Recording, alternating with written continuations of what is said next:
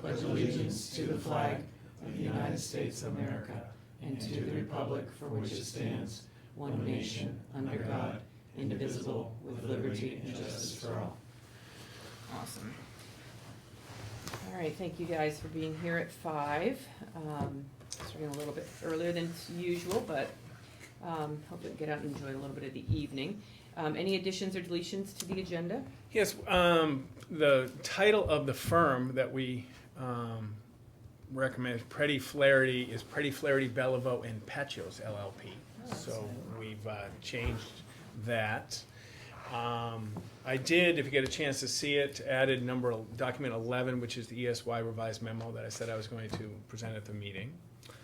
I added 2 sets of minutes from the retreat, the public minutes and then the non-public minutes, if you saw those. If you're ready to do those, or we can postpone if you didn't get a chance to do that. I just did that today.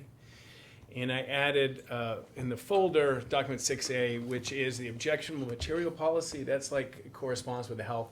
We had talked about that, Jim, so I put that in there. So those are the additions to the packet and the agenda. Great, thank you very much. Any correspondence? Just call attention to board notes. I think I put the link to Representative Luna, who gave some background of the state budget as a correspondence this time. Great, thank you. In the packet were now 4 sets of minutes ready for approval. I'll take a motion for the Hopkinton School Board to approve the minutes of the regular school board meeting held on July 8th, 2019. So moved. I'll second. Any further discussion? All in favor? Aye. Any opposed? Motion carries. Take a motion for the Hopkinton School Board to approve the minutes of the public hearing held on July 8th, 2019. So moved. I'll second. Any further discussion? All in favor? Aye. Any opposed? Motion carries. Take a motion for the Hopkinton School Board to approve the minutes of the school board retreat held on July 12th, 2019. So moved. I'll second. Any further discussion? All in favor? Aye. Any opposed? Motion carries. And I'll take a motion for the Hopkinton School Board to approve the non-public minutes of the school board retreat held on July 12th, 2019. So moved. I'll second. Any further discussion? All in favor? Do you have to approve non-public minutes? Mm-hmm. Okay. No further discussion. All in favor? Aye. Aye. Any opposed? Motion carries. At this point, we have an opportunity for public comment. Since there's Frank's here, but if he wishes to speak, he has the opportunity to right now. I'm sure he's Man fine. behind the camera tonight. Thank you. And I'll swing it around to comments from the Hopkinton School Board. Jim, down there at the opposite end of the table, anything? I get nothing. I just have one quick thing. I just want to say thank you very much for the retreat. I learned a lot from each and every one of you, including you, Steve, and I think it was something, my first time doing with you guys. I definitely enjoyed the experience and look forward, move forward. I learned a lot from that. Good. Bill? A couple of the young Chapins are doing a lacrosse camp this week that is put on by Deacon Blue and rest of the varsity guys, so it was fun to have little kids hang out with big kids and vice versa. Nice. Good healthy program there. Excellent, excellent. You had a different kind of retreat last week. Yes. Yes, you did. I'm glad you're back safely. And again, Norm, thank you. Yes, I just want to thank Steve, Donna, and all the other staff who participated and prepared for the retreat. We didn't get one in last year, so it's been a couple of years. So I know I really value the time that we have to be able to dive into some things that typically at board meetings is a little more challenging. So thank you guys for giving up of your time for that opportunity this year. At this point, Steve, I'm going to pass it over to you for the follow-up from the board retreat. Sure. I appreciate it, and thank you all for the time. It was certainly something almost 4 hours, I think, a little over 4 hours. So I appreciate that. I just want to put the agenda item on to see if there are any to-dos. One of the things that it was connected to some of the background, like the all students discussion. But if the board has interest, because there's been some community interest in maybe right in September have another discussion about graduation requirements based on some of the discussion of the retreat, I'd be happy to prepare for that. I did get an email just from someone on the status of it in the last couple of days, so I'm happy to do that. Anything else from the retreat that you'd like to follow up on? I want to second what you mentioned about the graduation surprised I've had a lot of people reach out to me also about that. I definitely think that's something that would like to see moving forward, in a discussion, or however is in our plan Mhm. moving forward if possible. Just wanted to add on to that. Yeah. I think the only thing that, that came to mind is, and I think we talked about this previously, was that one of the values of doing the retreat is it allows us to have topics that we don't ordinarily we aren't ordinarily able to make time for during regular business meetings. But because we did the SWOT analysis that day, and we got into some really good conversation Yeah. around it, and I think some pretty good, strengths and weaknesses, is that we take a look and sort of revisit some of that about every 3 months or so. Just go back and just sort of Sure. circle around and touch base on, these are things we talked about in July. Where are we now, and are they still strengths or weaknesses or opportunities or threats, or has that changed a little bit, or do we have things that maybe we need to add to that list? I think this is where it's a great jumping off point to be able to keep this always in front of us, so that as it gets busier and busier, we're going back to the work that we did at the retreat as sort of our foundation for some of our things for this next year. Yeah, I'll put that in the notes in September, early September, to take a look at graduation requirements from the perspectives, and regularly update where we are if anything substantially changes. And I know you cover that in your report often too, Yes, so. happily to yeah. do that. What's the next step on that? We discussed it in September, and then is it a listed post? How does it work? We could decide that, I was gonna say, that's Right. something we could decide in September, Okay, depending so on what September direction. The first thing is for the board to really Okay. to decide Okay. what kind of direction, if any, to give Steve. Okay, That was the conversation we had back in May, okay, was, is there interest in okay, asking Steve to do some more work on it? okay, If, if the board says, no, we have a million other things that need to be addressed, this is not the time, yeah, or this is not the direction, then that pretty okay, much ends that. If we're bringing it back to the table, is really giving out this opportunity, but we've gotta make a decision. That's Okay. really what it comes Okay. down to in September, is Steve can present to us what that looks like. We need to make a decision whether we want to pursue that direction, okay, or whether we wanna just put it off. So that's pretty much what has to be done in Okay. September. perfect, If the decision is to move forward, then we can talk about what steps to take, perfect. from there, that we would move that forward. Did I say that? That's perfect. Thank you. Like, I'm like this, like a man, like, Perfect. there we go. Thank you, Ms. Becker. Thank you, Liz. No, that direction, I'd appreciate that direction. I appreciate that, thank you. Next up, building committee. Jim, you wanna talk about those 2 pieces? Sure. So we had a great meeting. When was it, Monday? Monday, I think, yeah. Wow, all right. So I guess it was on Monday. It was still a great meeting. And we covered two big topics, I think.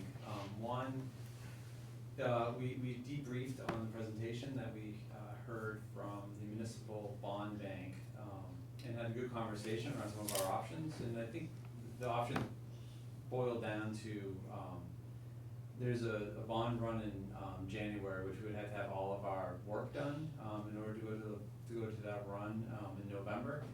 And while I think we want to be aggressive in our timeline, I think it's unlikely we'll be that aggressive in our timeline to have all that ready for November to do a bond run in January. So the next opportunity is in July, which then seems kind of too far away, especially if we want to get some work done over next summer. And we're probably going to have some expenses that we're going to have to pay. And we're going to talk about some of those expenses in a few minutes.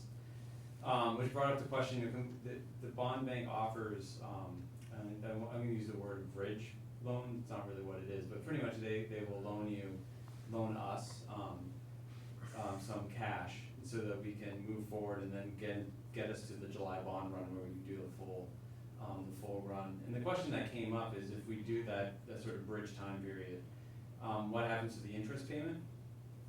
Because we didn't, in our last year's budget, we didn't budget for any interest payments, which means we can't pay any interest.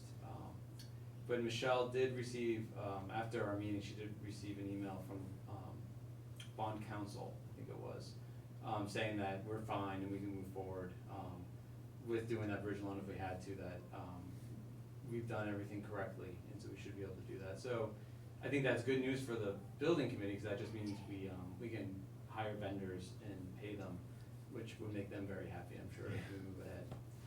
So which gets us to our first vendor. So as we all know, we did an RFP a couple weeks ago to hire, with the search for a construction attorney to help us with contracting and sort of help guide us through our vendor selection process, both for an architect, an owner's project manager, and then a construction manager.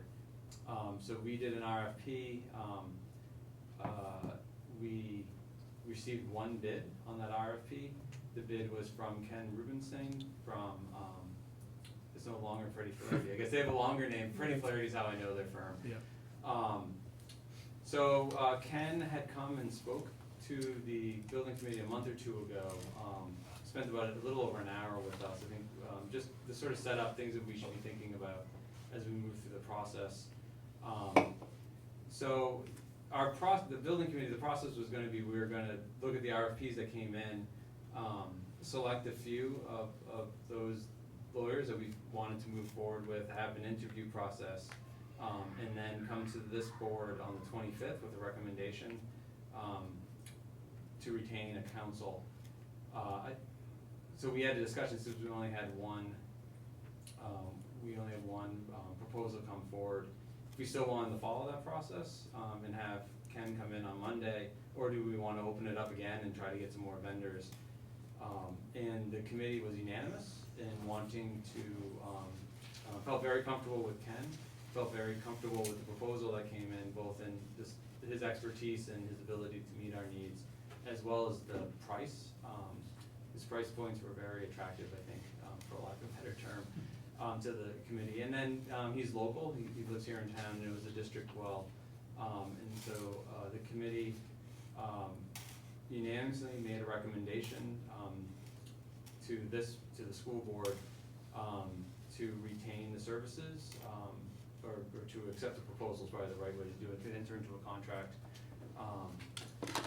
for Freddie Flaherty to be our construction attorney. And then if we vote to accept that today, then Ken would go to the building committee meeting on Monday and work with the committee on the RFP for the owner's project manager. I don't know why I can never remember that name. Doing great. Which we want to get that RFP out as soon as possible. So with that, I don't know if Bill or Steve or Norm want to add anything, since you are all there. I guess the next thing we probably talk about is how we plan to get the community involved in the next couple of steps. If you want to share a little bit about that. Can I ask one question? Yeah. Just to clarify, you said that for the bridge loan, so it's accepted, so we can begin to start, using assets to pay for all these building projects, but are all the, how is the interest, I missed it, is the interest, there is no interest on that? It gets kicked to the overall bond, it gets added to the bond? So it's not getting added to like our operating budget, right? Yeah, I think it will go, our operating budget will be able to pay for it in the meantime, and then we can pay for all that loan with the bond. Okay, so it gets reimbursed out of our, is that right? Yeah. Right, until we get eventually we'll have access to the loan money, but if we have, for example, when Ken comes next Monday, he's gonna send us a bill, we're gonna pay that out of the operating budget. But then it will be reimbursed, as you said, reimbursed out of the facility project once we get that one. And we spoke, Michelle, she didn't give us a dollar amount, by which point, we were gonna run out of cash in terms of our general fund.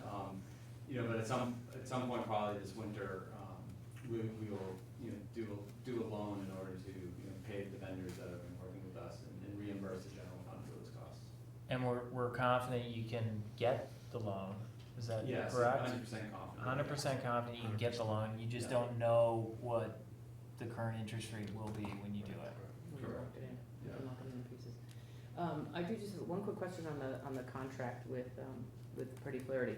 And maybe I just don't recall from that meeting I sat in when Ken was here last time, but when we engage in that contract, is it a overall sort of job contract, so he would be counsel to us for the entire length of the project, or would it be for a certain period of time? How is that negotiated? So in terms of cost, like when we say, are we allocating a certain amount of money toward the, Hmm. you know, the legal piece of this? Is that a job, a contract, if you will, or a, you know, as services are rendered type expense? So it's an hourly contract with the firm, and so I think it would be my understanding that we would sign a contract that would extend the life of the project, Mm-hmm. but we're only paying for the hourly services That that we he's use. using. Okay. So it's not a, you know, fixed price for the duration of time, but it would be as we use them.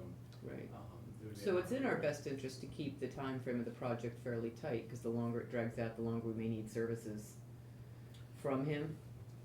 That's probably true, but you know, Just his in terms of services timing. won't be day-to-day services, so Right, they're reviewing right. contracts. Exactly, they're, so, but if it drags out for 2.5 years, then you might have more services that you need, because instead of having reviewing 4 at once, it might only be one. So I'm just thinking about Yeah. it in terms of duration, like how long we would engage with an individual like this. my hope is that we will be done our project. It would be great if we can be done the project next summer, but I think realistically it'd be the summer fall Mhm. is when we'll. And our hope is we don't need him to rectify any issues. Right, with so the our- smoother, That's it goes, the better, yeah, obviously, the That's right. smoother it goes, the better. Well, that's the reason for having somebody, is to Right. keep the risk of things, you know, getting complicated down. So does this mean I'm sorry, go ahead, Norm. Did our council already review the contract from him and say it was fine? We haven't seen it. I think it's. So what being did you developed. propose, the proposal? Well, the proposal's fine, and then Michelle, Is- has been working with, Ken on. The contract. On contract, and they started W-9s, so that process is. Okay, so, but we had our legal counsel. But before we sign the contract, Tom Barry will review it. Okay, Yeah, perfect. we'll have our attorney review it. I haven't been in today, but I haven't seen it. Maybe it's out there, but yeah, so and the action item is pending successful negotiation. That means if Tom has an issue, we'll work with, Tom and Ken can work together on it if we have to. Okay, perfect, thank you. Okay, great, thank you. So this means some of the things that we had identified that could be done in advance of the significant parts of the project can be engaged as quickly as things can be put into motion. Yeah, so I think the committee wanted to go forward with the attorney first, Mhm. mostly because it's the next 2 contracts, or actually the next 3 contracts, the owner's project rep, and then the architect who did the design, and then the construction manager. Right. They're a lot more complex. I think it's about having an attorney who is working with us both on the RFP and the scope of it, and then as we're negotiating those contracts, having an attorney that specializes in this work was very attractive. Yeah, I bet. And we plan on getting the community involved in scoring those if we get it. And I completely want to continue. Thank you. Yeah, thank you for that update. So that's an action item tonight. I think I did include the proposal, so everybody read that. And as Jim alluded to, compared to our, the fees compared to our other work that we do in the 4 other areas, these are of great value. So I think it's great in all hands. Liz, this is one other thing we're speeding up our meetings more, so we're meeting more frequently. I think that had been discussed, so that's great, and thank you. I'm unable to do Monday afternoons anymore, so I'm gonna just catch up on the back end a little bit. So, thank you. So one of the things we do in July is, based on our policy, Hopkinton School District does accept tuition students, people who do not live in the Hopkinton School District but wish to attend our schools. And so by policy, we reauthorize, we review their standing. Are they, part of the policies, are they in good standing? So I review with the administration and present to you a list of students. So there's a couple of categories.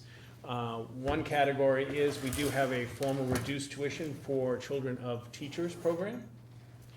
So that is a documented program. So I think 2 of the students are through that program, and the others are listed. I do believe that a very quick non-public to review case by case would be a benefit before an action. Just to the state regulation says if we do accept a student and there are services, special education services required, that we can work with a home district. The tuition in district is not liable for those services. And we do have, I promise, we do have a contract for tuition that people sign. We're working through that. Tonight I'm asking to reauthorize so we can make sure everybody knows we're all set. Okay, what's the tuition cost for United States? It's set actually in October, but I give them an ish, so it's currently it's about $16,000. But enrollment's going up, which means sometimes tuition actually goes down. It's gone down a couple of years. So we do an estimate for the September and October bill, and then we adjust the September bill, we adjust after October 1st. That's when it's formally set. And there's an action item that sets it at a meeting. 16,000. Ish, yeah. If you're happy with ish, I'm happy with that ish. Thanks. And just to review, Steve, you look at tuitioning kids in when there's availability, right? Correct. So if we have a situation where you have a class that's super big, there isn't any, it's a first come, first serve Right, we type have of situation if you have 2 or 3 seats available. Right, we have no obligation. There is an expectation of full transparency if someone attends that they continue with us. We try to be relatively stable to the families, not that it's perfect, and they know there is. It is not guaranteed, but more probable than not, absent of significant changes, they will be continuing through their career. And this is not uncommon. Many school districts accept tuition. So Steve, the list that we received, those are all the tuition students for the district? Correct. Absent the one thing I don't do is preschool. Preschool is tuition, but that's a whole different category. Different kind of tuition. I don't even get involved in that. That's just straightforward. But those are all the non-preschool students Okay, as thank of you. this point. Is this higher than normal? A little bit. We had a couple, but we had one of our tuition students graduated last year, and as you can see, some of our children of staff are seniors, so it goes up and down. And do we get the aid? We do. We get the adequacy. We get adequacy aid from that, regardless from Right. student to student, right? Everybody okay? Slide into policy, and Matt and Norm, we decided this week to take a little bit of hiatus on new policies, just because I'll be heading out in August. When I come back, it's going to be heavy to get the school open, but we'll come back to it in September. But we will see this set of policies through adoption. Tonight, for the third reading, is the health education exemption from instruction. We've had some discussion, and that is a specific policy required in addition to the general exemption policy, which I included. And we have to have a policy that authorizes the earning of credit, that's IK. And as that is not a graduation policy, this is just in general, this is a credit award for certain conditions. So those are action items tonight, third readings. Everybody okay? Character and citizenship in school and family consumer community resources, our second reading. And I think those are relatively straightforward. The first reading for tonight is the high school credit for 7th and 8th grade coursework.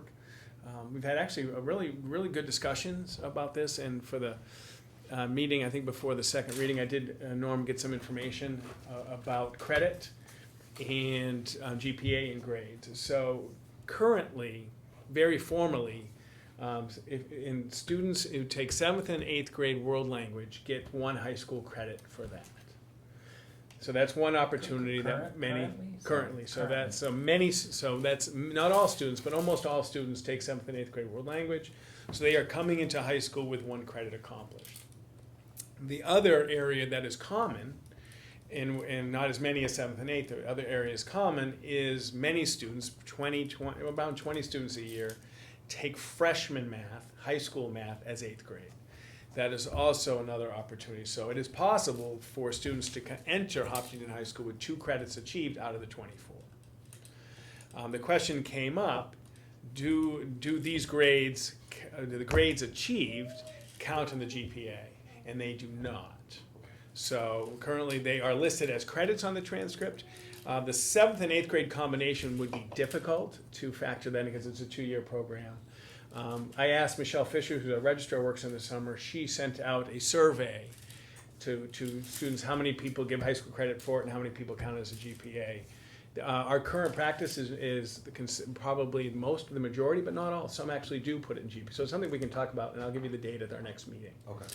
That's not a decision tonight. Tonight is just the standard is if they accomplish the same competencies, then they get the credit. If you're doing the same work, you should get the credit. and we can have further discussion about how we handle the grade impacting the GPA. I haven't had a chance to talk with the director of school counseling, Corrine, who I trust her judgment. She's gone, so. Michelle works for us in the summer, she gets some information, but philosophically, I'd like to check in with Corrine, and she probably has a great reason why we do it. She's the expert in the field, I'm just a rank amateur on this kind of stuff. Well, thank you for getting the answers. No problem. Appreciate it. Everybody okay for action tonight? So it's not unusual to have extended school year contracts revised, so there is a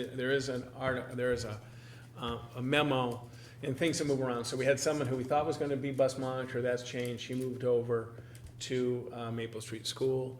We have 3 programs for extended, we have 3 elementary programs, and most of these are actually all elementary changes. So we have ESY program academic early elementary, we have an ESY academic upper elementary, and then we have an ESY behavior. And social emotional, and trying to support students with behavior issues. They made, at end of June, Becky and the team made a transfer of Joe Montano from Harold to Maple, and that increased his hours 2 hours a day. That's why he has a significant increase. I met with all 4 staff today about the program, making sure I understood, because Becky's out I think she's back next week, about the time necessary, the number of kids, and I'm very comfortable with increasing these hours. And Michelle had a chance to run them this afternoon. Even with these hours, we are still under budget. And we're hoping, we're midway through, I don't expect, there's one open question about one staff member I couldn't reach today, but I think we're okay. So we shouldn't have significant changes to contracts beyond this. But it is an action item tonight. It should have said that on the agenda, but it is an action item tonight, so we can revise the contracts. Everybody okay? Okay, yeah. Facilities. So where we are, a couple of things. So next week we have a meeting 7:30. We really need 2 public hearings. And because of the clean 7-day posting, we've already had to post the public hearing for next week at 7:30. We can of course cancel. So one of the the first issue is we have 2 pieces of equipment at the kitchen, a dishwasher and a double steamer floor model. The double steamer floor model, I think I wrote about this in board notes. Our bid policy is anything above $15,000 requires a bid policy. The board has the authority to waive any policy it so desires. I'm not necessarily asking for the action tonight, but it is necessary to waive it. It's 16, the one that is desired, that fits Harold, that is the company that we like, is $16,800, $1,800 more. It's the company that we have the most experience with. By waiving the bid policy, we can then have the public hearing and we can get this all done before school. If we had the bid policy, we have to post it for 2 weeks, have the bid meeting, and that would prevent us from having Bill have his floor model double steamer at the start of school. So it's not uncommon for the board to waive the bid policy for something like this. We know the brand, it's what our food service director wants, and it's so close to the bid policy. Some districts actually have a $20,000 bid policy, you know what I mean? So it's not within the realm. So. And you said this is an existing vendor too, right? Exactly. Okay. So that decision makes that we can do the public hearing for this purchase. So next week I'll formally ask you to do it and we'll order the contract, but it makes next week happen. So we have 2 pieces of equipment we need to buy for Bill's Kitchen. Bill's Kitchen, don't you love that? It's your kitchen. I like that. The washing machine with a booster and the dishwasher with a booster and the double steamer. So that's the first part. The second part is for next week, we'd like to have the second part of the maintenance trust. We've worked with Dan Blanchett, Neil Cass, Michelle has been involved, and we'd like to authorize up to $20,000 for the George Park work. It's going to be some engineering and equipment or supplies, whatever they need, the pipe and they need stuff. So that's what the school district's piece of this. The town's going to do it. We're going to pay for the stuff.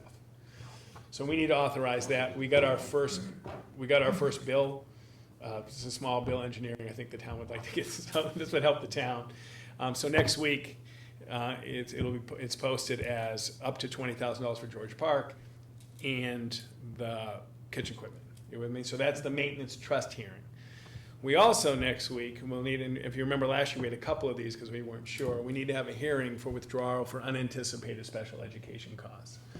So as of today, which is good news, throughout most of the year, we put in as a placeholder $100,000. Michelle handed me the number this afternoon that she thinks, and there's still a open question that we're working with a vendor. So it's gonna be somewhere between 30, not more than 40, it could be actually 30. So we think that's good news.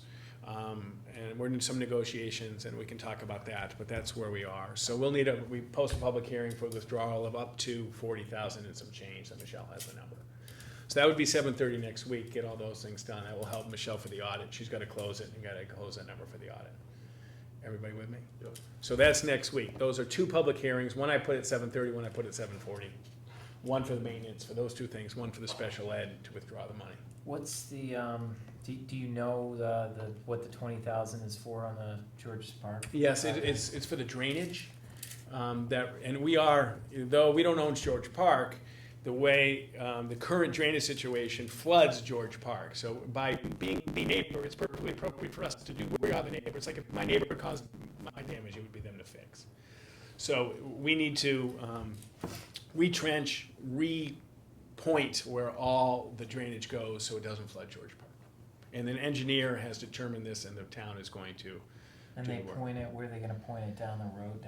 Yeah, I think they do. I think they actually are going to point it so it goes out through the drainage system out to the road. Yeah, okay.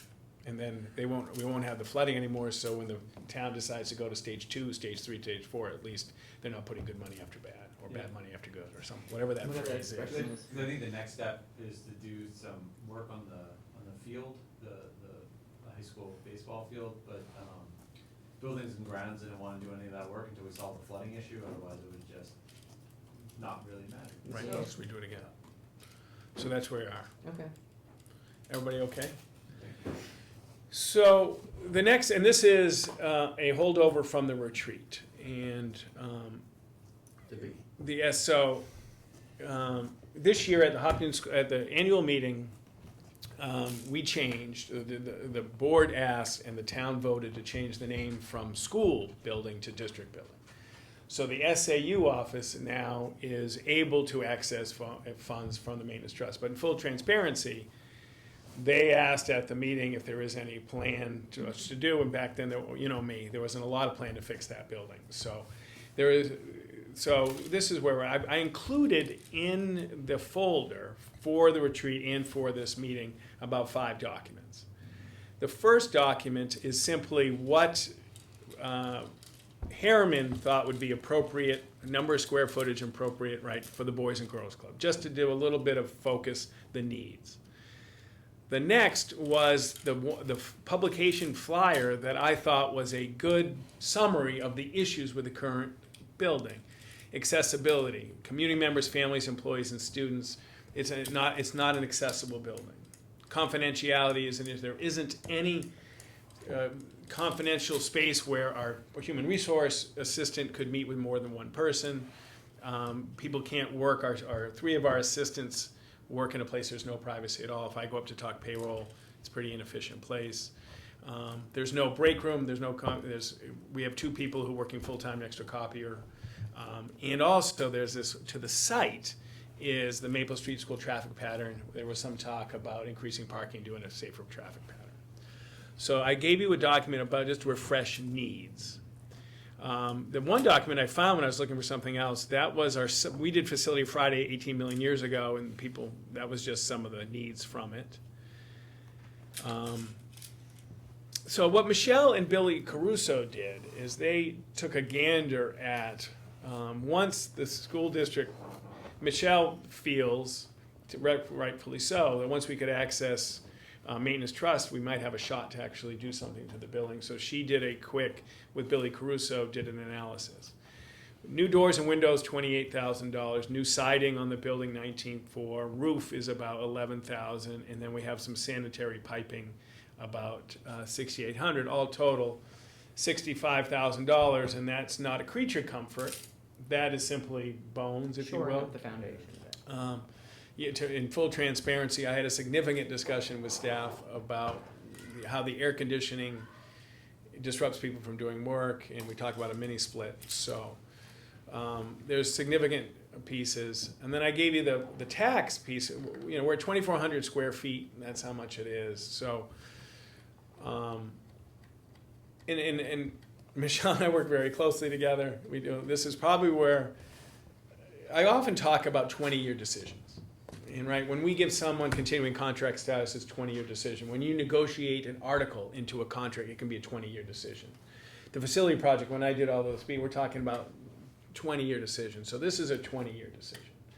Completely respect the board's reality of, and when I talked about this with some of my retired superintendent colleagues, they said, Steve, no one puts money into office space.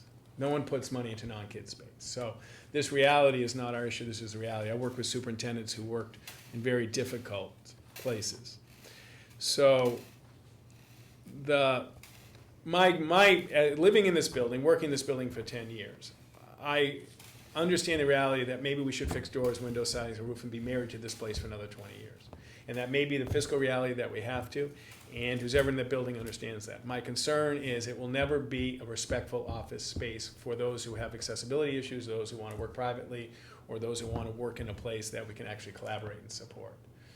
So if you're putting $65,000 into this, which is necessary, we are probably marrying that bill. We're married to it, married to a substandard space. That may be the reality that we live in. One thing that Michelle and I have talked about, and it's an option for the board, between now and budget season, to put an RFP out for a study of that building. Can you extend where the parking is, or back door or side? Probably not, but we don't have, if someone stood up at school district meeting, can you expand away? I don't have a great answer for you. So maybe it's worthy to get that answer. Do you want to go up and see if there's anything we can do? And then at the same time, 2 years ago, when the Boys and Girls Club went down 90-10, by the way, it's one of the greatest defeats in history of annual school district meeting lore. It was mentioned, I think one of the reasons was someone in the community proffered that maybe on school property closer is, and they could put money aside to actually get an answer to that question. Because I think one of the reasons why the Boys and Girls Club wasn't supported was that maybe there's a better answer somewhere else. So if you wanted to this year, find an RFP or find somebody local who likes us, who said, look, we know a couple of architects. I know, but one of the things is, when we did the Boys and Girls Club, I actually met with the zoning and talked to Neil. School districts are exempt from zoning. We have to be good neighbors because we're good neighbors, but we can expand where some places could be. There's not a setback from the road. So I apologize for the long-winded piece, but we are at a place where we are going to invest in this building and be there for a while, or divest in this building and look somewhere else, and maybe we don't have all the information necessary. From my perspective, what it's worth, it is not a quality place for support staff, superintendent, leadership positions. Not enough space, not enough quality space, and not a respectful space. But can someone turn it into that? $400,000? That's probably better than, I think it was 600. Boys and Girls Club, probably. Three plus, yeah, the cost plus Cost the plus, renovations. yeah, and I get it. Would be Boys and Girls Club up here? That's originally 2 years ago, two meetings ago, right? What about the building down at the high school? That was the one. Oh, That was that's the one. the And one. that has been sold, by the way. So Yeah, it has. right, so that's not on the market. And Bob Gersey and I went to Bob Gersey invited me over and we looked at the Old Town Kirk place, Baker, what's the name of that place? Oh, the basement. Yeah. Bates, we went and looked at that. Might be a little small. It's just not small, I could go there, It's not- John and I could go to it's not- Bates building. It's not on I'm in. But it's right, There's no place it's to too really small expand. for a unified central office. Would you ever sell? I guess it's a discussion off. The SAU? Yeah. I think the parking and the traffic pattern, I think it's a controlled burn. Well, that's what came up when we did, during the facilities project, and we were when the SAU was part of the discussion of the larger project, was that building would be raised in favor of the value of parking, bus, and additional accessibility to the building. So it's not as if putting $65,000 in it is something that we're gonna then be able to create value to sell it. Right. Because I don't know as if that value is ever gonna be there. That was Who the would que- wanna live that right in was front of the school? question. No. That was the Yeah. question. So I don't think that's, even like that's, but Steve, I think the whole SAU thing, I know Jim, you were the one that sort of, poked at this a little bit a few weeks ago about having some conversation around it, and we sort of put it up on the shelf after the conversation about there being a possibility of looking at space behind the high school Right. from a community member. Nothing ever really came of that, just that suggestion or anything at the Right. time.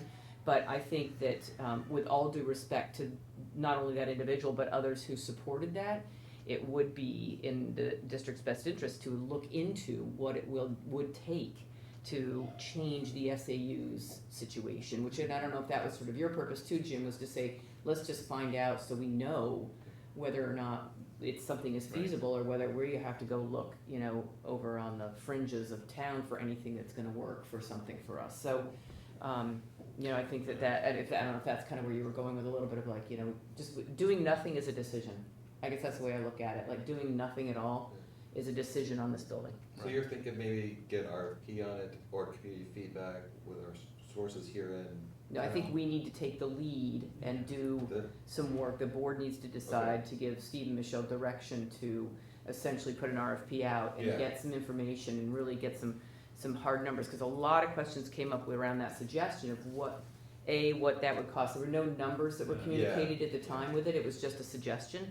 So we have no idea whether or not, what the cost to prepare the land would be, what the cost would be to pipe in, gas and electricity, like that, none of that was ever Right. looked into any further. And so with the rest of the facilities project moving forward, that sort of just went off onto the shelf for a while. But I think it is, and Jim, I appreciate you sort of bringing it back up to the table. I think the board with Steve and Michelle need to make sure that we know where we're going with all this. Yeah, I don't think we can make a long-term decision until we know some of those Right. answers. Like, what can the site currently house a larger SAU facility, and what would that look like? I don't know the answer to that. Yeah. And Right. I don't think we should then say, well, we should go look somewhere else until we know some Sure. of I that. think it makes sense.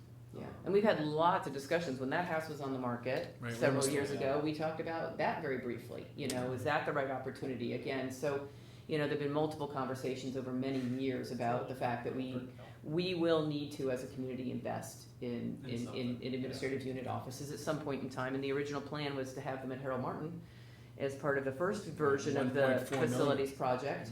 So we've gone through a lot of sort of iterations of what an SAU might look like, none of which were building some palace in the sky.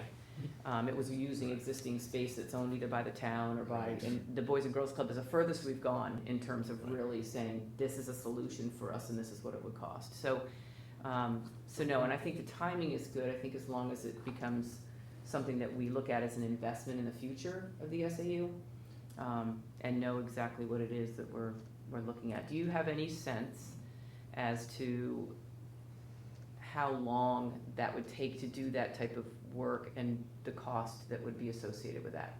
No, we could do an RFP and put it in next year's budget. Yeah, I mean, I think we can hold on, The question was the 65K option. well, 65 is, That would just be to repair, that would That's just be doors to for shore- doors. shore up things Okay. over there. so I think we need more information before we're gonna invest 65K. Yeah. Yeah. definitely. Yeah, we're not making decisions to put in, and I guess that was my next question, is how urgent are those things? Yeah. It's under the Like beholder. leak springs, in this fall Yeah. and some heavy rains, No, I mean, we don't have any leaks down, it's not, I mean, I think I think the morale would be increased if we made a next step. And the other alternative, SAU 24, Hennecker, John Stark, they lease, Londonderry just leased a new office park in Londonderry with like my understanding is a fountain as you walk in the SAU office. I've been asked, Like a Wow. chocolate fountain? I've That's been good, asked, that's what I was gonna say, chocolate fountain? people who know this place said, Steve, you gotta go to Londonderry to see Yeah. what it's like. So, and whenever I have this discussion, and I always ask, every once in a while I'll ask Neil what's going on in office stuff, people talk about the Crathern building, that someday the Crathern building might have an office, park, and I mean, that's just, Neil and I just sitting there, I always say, what about, people always mention, Steve, what about the Crathern building? We've looked at other places I've looked, so, if I can talk with Michelle and we can see if, we can call Lance, come and say, look, how much would it cost to get just a design of this place if we can add 1,000 square feet and clean the place up? I'll figure it out more than that, but what we need, can we add 1,000 square feet? Because we'd like to bring in facility, food service, have another room for one more staff member just someday, right? I mean, not necessarily, someday. But we'll see and put an RFP out and put it in the budget that, for $13,000, you can get a study whether or not I'm just making that up. And if someone can present a design that fixes some of these issues, maybe that's the best cost-effective way. But I think if I could tell people that the standing still isn't the, is a decision, was not the Right, answer. yeah, Does that make sense? That makes sense, yeah, yeah. no decision's a decision. Perfect.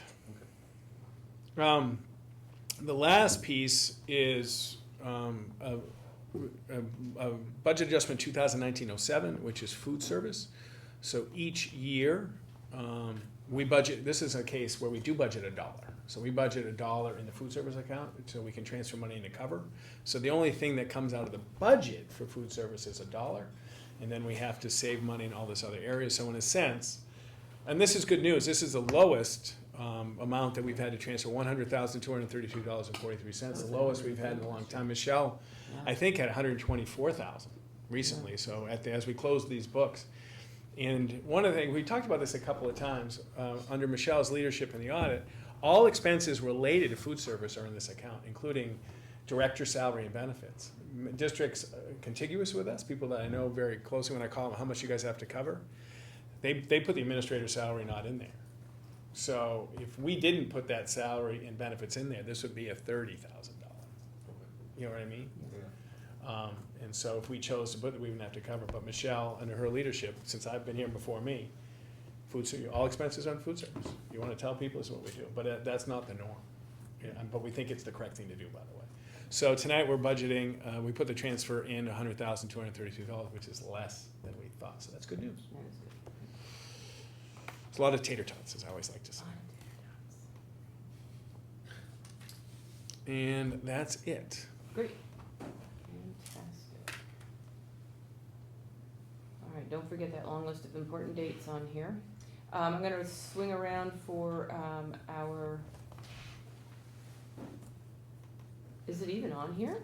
No, public comment? Yeah. I just noticed it. I'm I was gonna say, sorry. I'm like scrolling, because I We missed will it have last to week, just remember there was add so much I missed Right, it, and no, someone it said, should don't be a forget public public comment comment, and right I'm like, there's no public Sorry, comment, guys. sorry guys. Yeah, no. It's not personal, I I'm promise. I'm gonna make a chair's executive decision to add public comment right now, Thank how's you. that sound? So yes, so I'd like to open up for public comment at this point in time. So different. Yes. Okay. Frank, is the mic on? Or is it? I think I'll start kind of a little bit out of order. Dr. Arlene Gildersleeve. I'm on the board of directors of Disabilities Rights Center, for full disclosure, but what I say is my own opinions. I want to say, by backing up what Steve wanted for an RFP for the SAU building, I've been in there several times to meet with the special ed director for highly confidential things. Her whole office is filled with confidential IEP files and so on. The stairs, I don't know if any of you have been up there, but the stairs to get up there. So there's a law called the ADA, Americans with Disabilities Act. If one of the employees in that building gets hurt or disabled and can't ascend that stairway or can't enter the building, the district would be out of compliance for the ADA. Yep. So that's something to really seriously consider is, how would that affect employees with disabilities? I've also seen the employees' desks are downstairs, Carol, and who sits beside her to the left. Karen, good. There's no storage at all they have very sensitive files at all. So you have about 3 feet of files until poor Carol, she can't see out the window. So I really think that by doing an RFP, the district is protecting itself for the ADA, but also the employees are very obviously uncomfortable and cramped, which may then create a retention issue. They might just say, we're done with this horrible condition and we're gonna look elsewhere. So I just wanted to support Steve with that.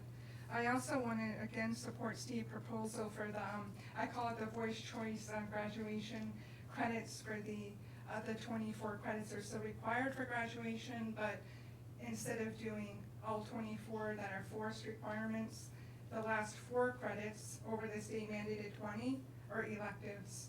So I actually had a nice conversation with our special ed director, Becky, and we both agree that the program would very much benefit those with disabilities.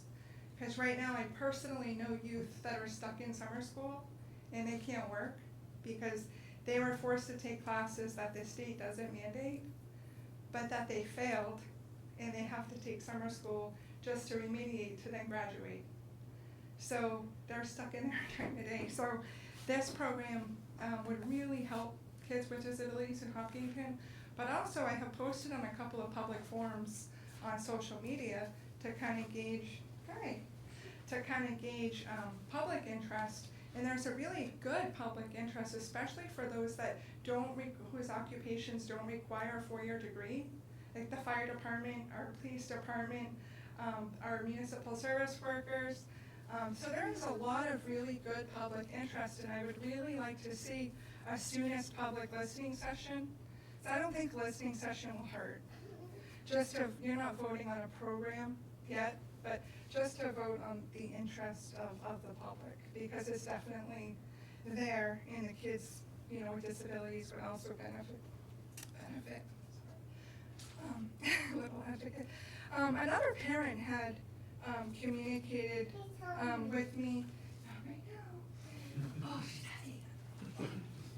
What's your name? Abigail. Yes. Another parent and I were talking about a really great subject, looking at test scores for those kids with disabilities compared to kids without disabilities, compared to kids that come from low-income families. And I think this data is extremely important to just see where are the gaps in special education. What are the gaps between our affluent families in Hopkinton and our families that are kind of struggling to get by, or getting free or reduced lunch. So that's federal data, right? So I'm really hoping, Steve, if you can kind of pinpoint a date when you can present that to the board, so that we could have that data to really kind of drive home some changes that need to be made in special ed to create equity.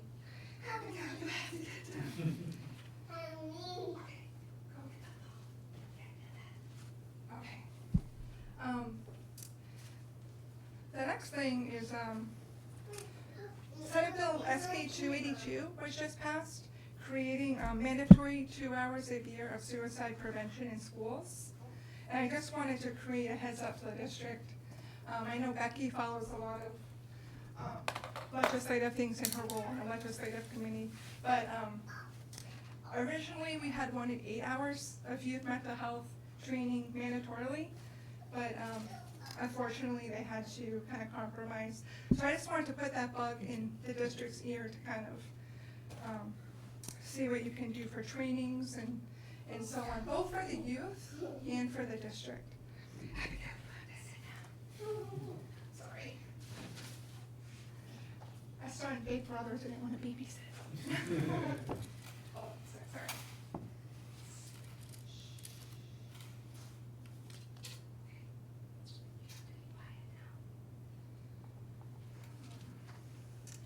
Okay, I also want to quickly read something.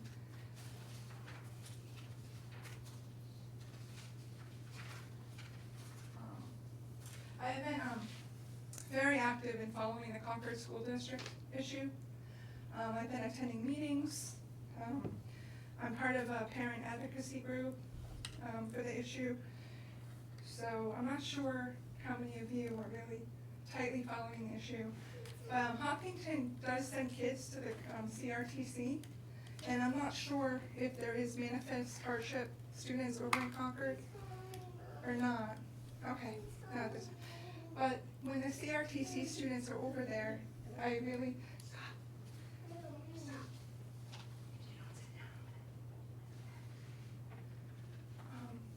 so I'll just read you an article that I wrote for the Concord Monitor.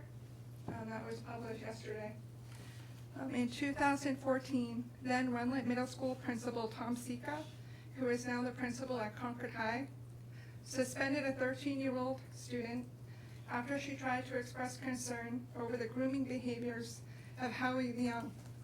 He was a special education teacher in Concord. Instead of calling the authorities to investigate or even look into the behaviors of the teacher on his own, Sika silenced a student whose concerns were later validated when that very same teacher was arrested and charged aggravated felonious sexual assault of a minor. On December 10th, 2018, Concord School District was alerted that Leung had engaged in inappropriate conduct with a senior, but school officials did not report it to police. Even after being notified, the district administration allowed him to continue teaching until March 27th. That gave him over 4 months of broad access to students and students with disabilities, even after a police investigation started. It is critical to note that Leung had broad access to children with disabilities and other minor children during this time. Why was he allowed to continue working? Why did the administration not place him on leave immediately to protect vulnerable children? After reading on June 29th in an article called Concord Teacher Union Reps Tried to Disprove Leung's Student Accuser, the Concord Monitor, I question why teachers in the administration did not call police and DCYF when a teacher was reported for kissing a student, a minor student. I question why a guidance counselor and an art teacher, who are not trained in criminal investigations, conducted their own internal investigations, even if acting in their union representative capacity. I'm gravely concerned for any student who interacted with or reported anything to guidance counselor Karen Slick. A guidance counselor is often the first line of reporting for students. Students seek comfort and safety in their care. How can students feel safe and comfortable with her? If she worked so hard to discredit students who reported abuse by a teacher, how can she be trusted with students? How can Jeff Fulham, the art teacher, be entrusted with minors under his care if he also worked so hard to not believe students who reported serious ethics violations? In their letter of February 9th, both staff tried to make children doing the right thing look like liars. I brought a copy of that letter too, and I can email it to you. On June 30th, in an article titled Former Concord High School Student Sues the District for Title IX Violations, a student reported administrators stand accused of botching investigation into the sexual assault of a student by another student on a school bus. Instead of calling the police right away and having the crisis center come and support that student who had experienced a sexual assault on a school bus,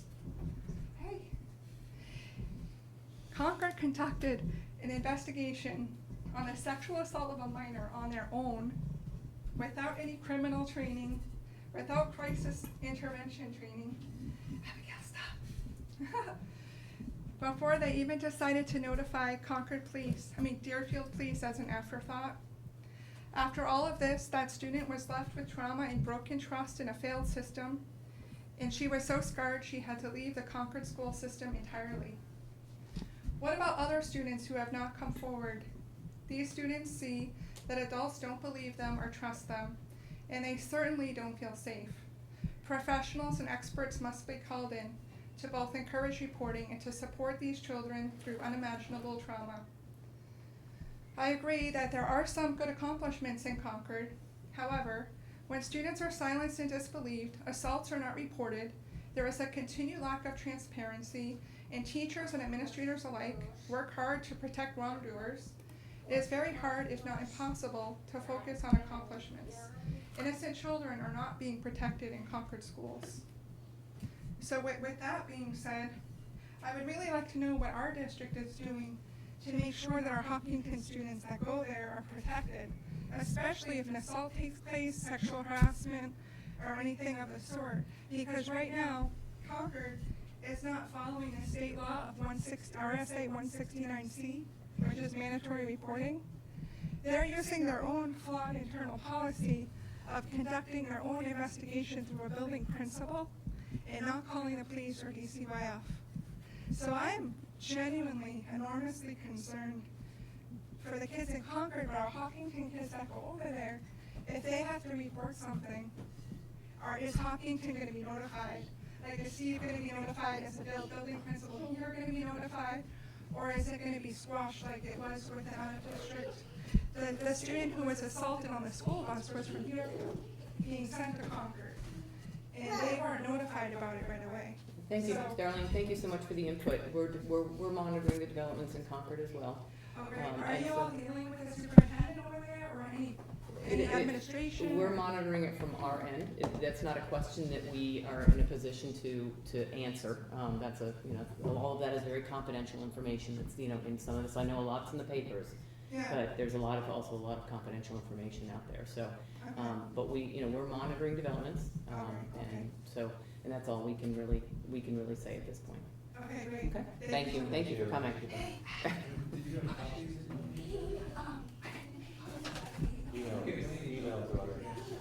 Oh, All right. All right, you guys ready for the action items that we have? Action item number 12, I'll take a motion for the Hopkinton School Board to accept the Hopkinton Building Committee's recommendation to award the contract for legal services related to the building project Pretty Flaherty, Bellevue, and Pachios LLP pending successful negotiations of the contract. So moved. Second. Any further discussion? All in favor? Aye. Any opposed? Motion carries. Take a motion for the Hopkinton School Board. Oop. You can table 13 till after the 13 is the public table one, hearing. thank you, Yeah. it's on the other page. All right, we will talk about 13 in non-public, and then we will take action afterward. I'll take a motion for the Hopkinton School Board to accept the superintendent's recommendation to adopt policy IHAM, otherwise known as IHAM, health education and exemption. I've been waiting for weeks to say that. There you Like, go. I was You in got there it. like 3 weeks ago when I You was, got it. health education and exemption from instruction as presented. So moved. Second. Any further discussion? All in favor? Aye. Any opposed? Motion carries. Take a motion for the Hopkinton School Board to accept the superintendent's recommendation to adopt a policy IK, earning of credit as presented. I've been waiting So weeks moved. to do that, you guys. Move on to 16. Any further discussion? All in favor? Aye. Any opposed? Motion carries. Take a motion for the Hopkinton School Board to accept the superintendent's recommendation to approve the revised extended school year contract as presented. So moved. Second. Any further discussion? All in favor? Aye. Any opposed? Motion carries. Take a motion for the Hopkinton School Board to accept the superintendent's recommendation to approve budget adjustment 2019-07 in the amount of $100,232.43 to cover the HSD food service deficit. So moved. Second. Any further discussion? All, Sure. all in favor? Aye. Any opposed? Motion carries. We do have a need for a non-public session for the I'll take a motion for a non-public session for the discussion of matters as per RSA 91-A:3, Roman numeral 2, letter A and C for negotiations and student issue. So moved? Second. All in favor? All in favor? All in favor? Yes. Aye. I need singles. Yes. Yes. Yes. And yes. And there will be an action And there will be an after. action item after. That's 13, yeah, okay. All right, Thank you Well- guys. we are stopped. Thank you. Thank you.